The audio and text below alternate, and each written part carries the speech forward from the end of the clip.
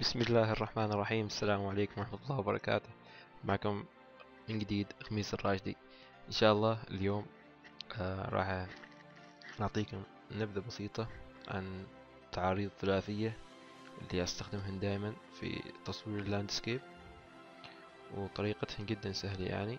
وإن شاء الله بخبركم وش فايدة تعاريض ثلاثية وش ممكن نستخدم عشان نصور تعاريض ثلاثية.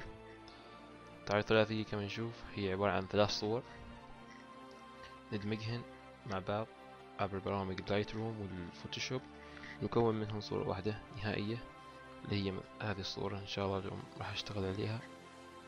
طيب وش فائدة التعريض الثلاثية؟ التعريض الثلاثية هي نفس فكرة ال HDR، يعني كل الصورة يكون فيها إضاءة مثلا، يعني متناسق، مثلا السماء إضاءتها مناسبة، الأرض إضاءتها مناسبة. نفس الشيء يعني ما يكون فيها أجزاء شوية بدون فوكس أو بفوكس، أو آثار جانبية أخرى فيها يعني في الصورة. نفس الشيء نستفيد من التعرض الثلاثي، نقدر نكون أو نسوي حركة السحب لكنها حركة متشتتة كما نلاحظ في هذه الصورة هنا.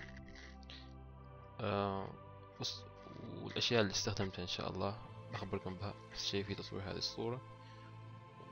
أنا بصراحة استخدمت ترايبود حامل ثلاثي للكاميرا. كما تشوفوا هذه الصورة نفس الكاميرا اللي كانت حاطنها كذاك، ونفس الصورة هذيك اللي صورتها فيها قبل شوية شفتوها، هذه كانت نفس اليوم. ونفس الشيء استخدمت فلتر اندي فلتر 9 ستوب اللي هو تشوفوه كومبليتلي بلاك، يعني ما تقدر تشوف من خلاله، وهذا هو اللي يعطينا سرعة غالق أعلى. نفس الشيء يعطينا مثلا صور شلالات، يعطينا الماء على شكل خيوط أو شكل ناعم للماء.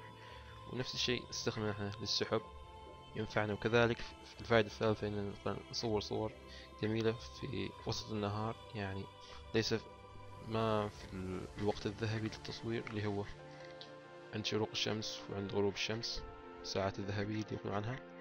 فهذا يعني جدا مفيد للفلتر، لكن نفس الشيء يبغى له فهم كيف نستخدمه، لأن صعب لما تركبه في العدسة يعطيك ما تشوف شيء يعني أمامك ولا شيء.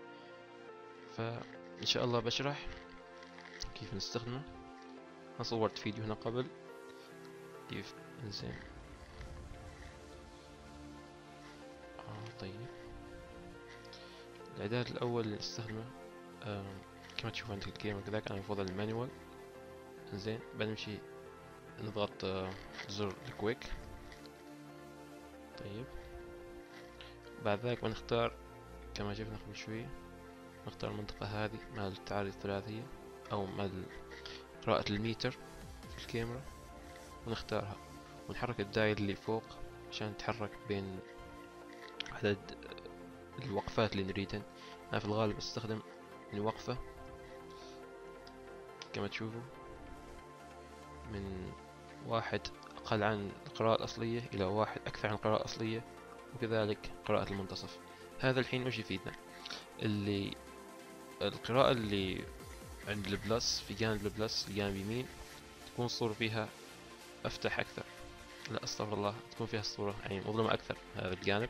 في الجانب الآخر تكون الصورة أفتح أكثر لأن الغالق أكثر، يكون عند من ثانية إلى 30 ثانية تقريبا. وهذا الجانب يكون من واحد تقريبا من واحد إلى واحد على 8000. فأنا أختار كذاك. من تختار هذا بتضغط زر شتر، أو أول شيء بختار فتحة العدسة اللي في الغالب أختارها ما بين 8 إلى 9.5 إلى 11. في هذا التصوير اخترت أنا 9.5. ضغط أوكي. وبعد ذلك أمشي إلى قراءة سرعة الغالق.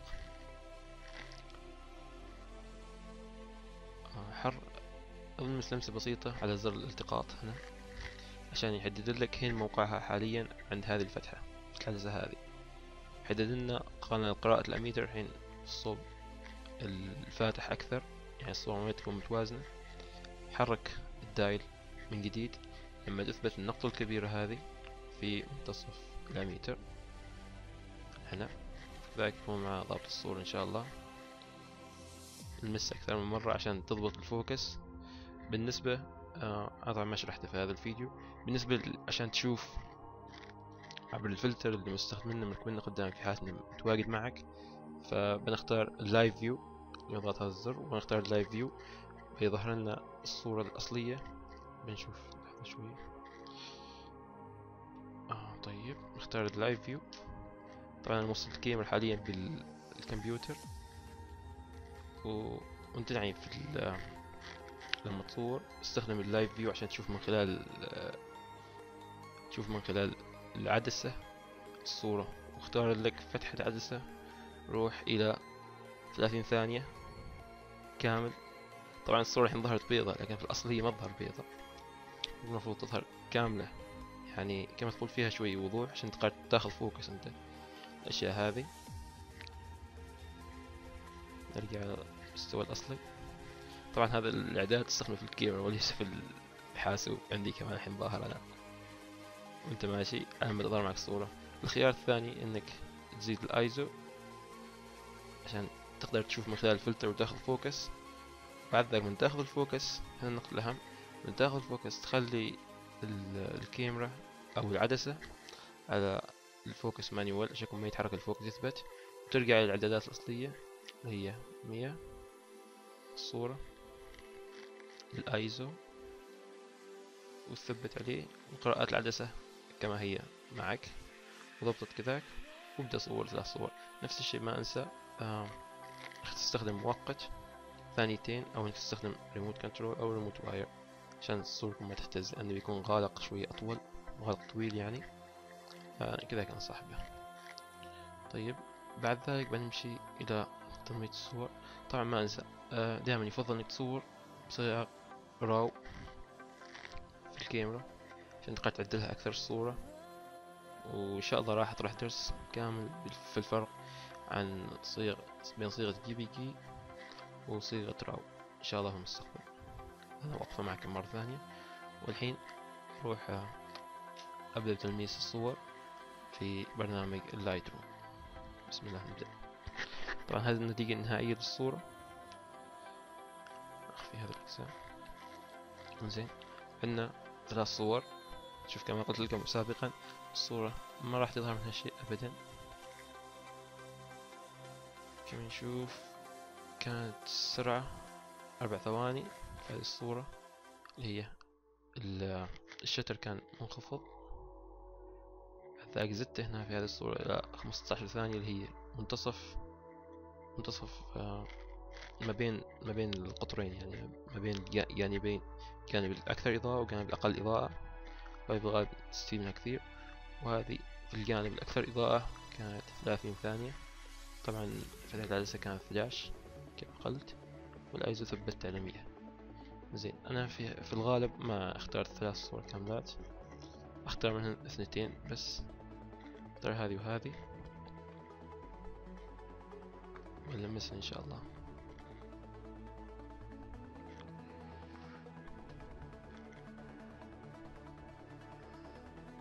نبدأ مع هذه تقريبا. اوكي، بنفتح فيها الشادو شوية، وننزل الهايلايت شوية كذا، نعطيها نقاط الوايتس، ونضغط زر الالت، نسحب لليمين الصورة تجي معك بلاك، نسحب لين تظهر بعض النقاط البيضاء في الصورة أو النقاط الحمراء. نفس الشيء البلاك شوية بعض النقاط. نروح الصورة الثانية، ننزل الهايلايت كامل. شوف استعدنا السماء، نفتح الشادو شيء بسيط، نعطيها نقاط وايتس، نعطيها نقاط بلاكس. بعد ذلك نحدد الصورتين مع بعض. طبعا الحين بعضكم يقول نستخدم بناخذ صورة واحدة ويكفي ننمطها، يعني نعدلها وكذاك، لكن أنا ما أفضل كذاك. أفضل أن ناخذ مع صورتين، صورة واحدة اللي هي هذه الصورة بتكون فيها ناخذ منها جزء الأرض، والصورة الثانية هذه ناخذ بعض منها السماء. هذه فائدة التعريض الثلاثية كمفهومها أوضح لكم، يعني نستفيد من فتحات العدسة إن من الكاميرا المثبتة ناخذ شيئين مناسبين متناسقين، وبعد ذلك ندمجهم مع بعض. بعد ذلك نروح Edit in Adobe Photoshop CC. شوف فتح لي الصور هنا معي كلها. اخذ لك الأداة الموف تول، امسك الصورة السوداء اسحبها وشيلها مع الصورة الثانية في المكان الثاني وحطها في المكان المناسب، تأكد انهم متناسقات في مكان واحد. زين. الصورة اللي فيها شيل القفل عن هذه الطبقة. الصورة اللي فيها السماء أغمق خطها دائما تحت. لا، في هذه الحالة بعد أعكس، أريد السماء أخذها من الصورة السابقة، بحط كذاك وأقرب شيء هذه الطبقة واختار الماسك واختار الفرشاة أكبر، بس شوية فرشاة أكبر.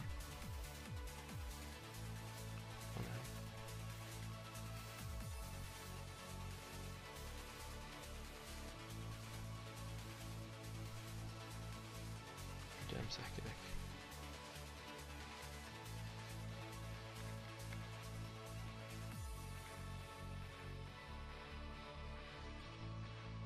قد تلاحظوا ان شوية هذه شوية اغمق، فما في مشكلة، راح اعطيها حقها في الفوتوشوب هنا، نفتحها شوية من هنا.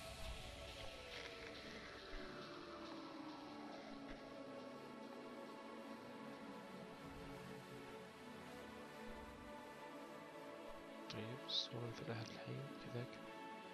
زين، نلاحظ ان الصورة شوية من هنا فيها تراكب معها، يعني ما اني زين كافي. كبر نشوف في هذه المنطقة خاصة، هذه المنطقة ما كان دمج زين صح، فبنروح للفرشاة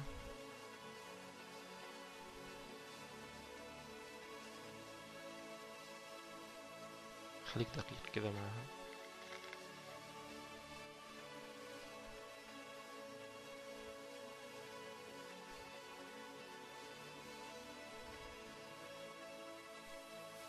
طيب بعد ذلك نختار طبقتين مع بعض وندمجهن في طبقة واحدة، ونسوي حل هذه قفل، وهذا الشيء لما نقفلها ترجع الصورة دايركت نفسها إلى اللايت روم، نحصلها في اللايت روم في الجانب الثاني، احفظنا إياها ومش راح نحصلها في اللايت روم.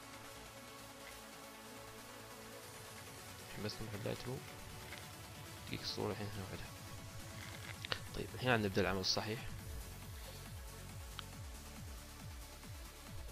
طيب شوي بقى الإضاءة ما واجد، تقريبا كذا. زين، الهايلايت داون شوية، الشادو وكان نشوف انها زين واضحة، الوايتس مكتفين منه، زيها مرة كونتراست. طيب كلاريتي، أخيرا فايبرنس كمها كثير. طيب الحين انتقلنا كذاك الصورة، لكن كما تشوف انها ما صارت مثل هذه. كيف نخليها تصير مثل هذيك؟ اوكي، هذه في هذه الحالة بنستخدم من الفرشاة قسمة براش، نختار لون أصفر عشان نلون هذا المكان شوية، ونبدأ نلون في هذا المكان.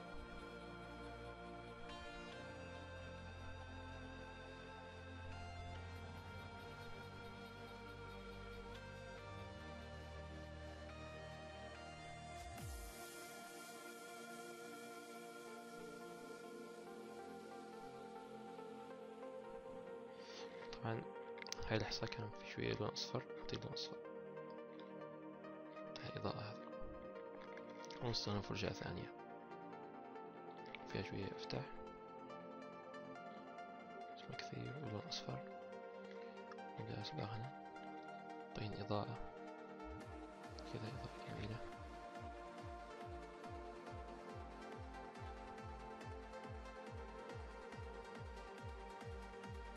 طيب فرشاة ثانية أصفر أكثر، نزيد حجم الفرشاة،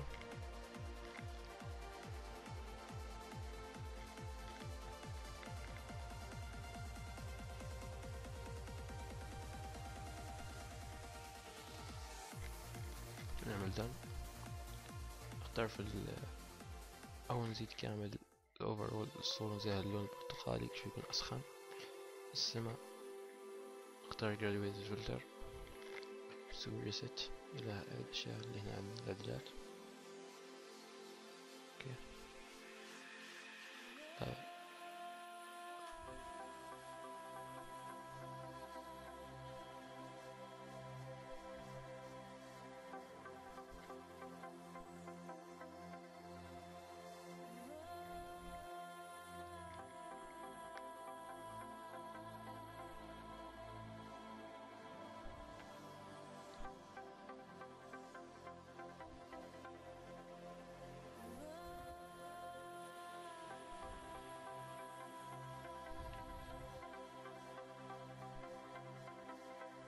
وهذه هي النتيجة النهائية للصورة كما شفتوها.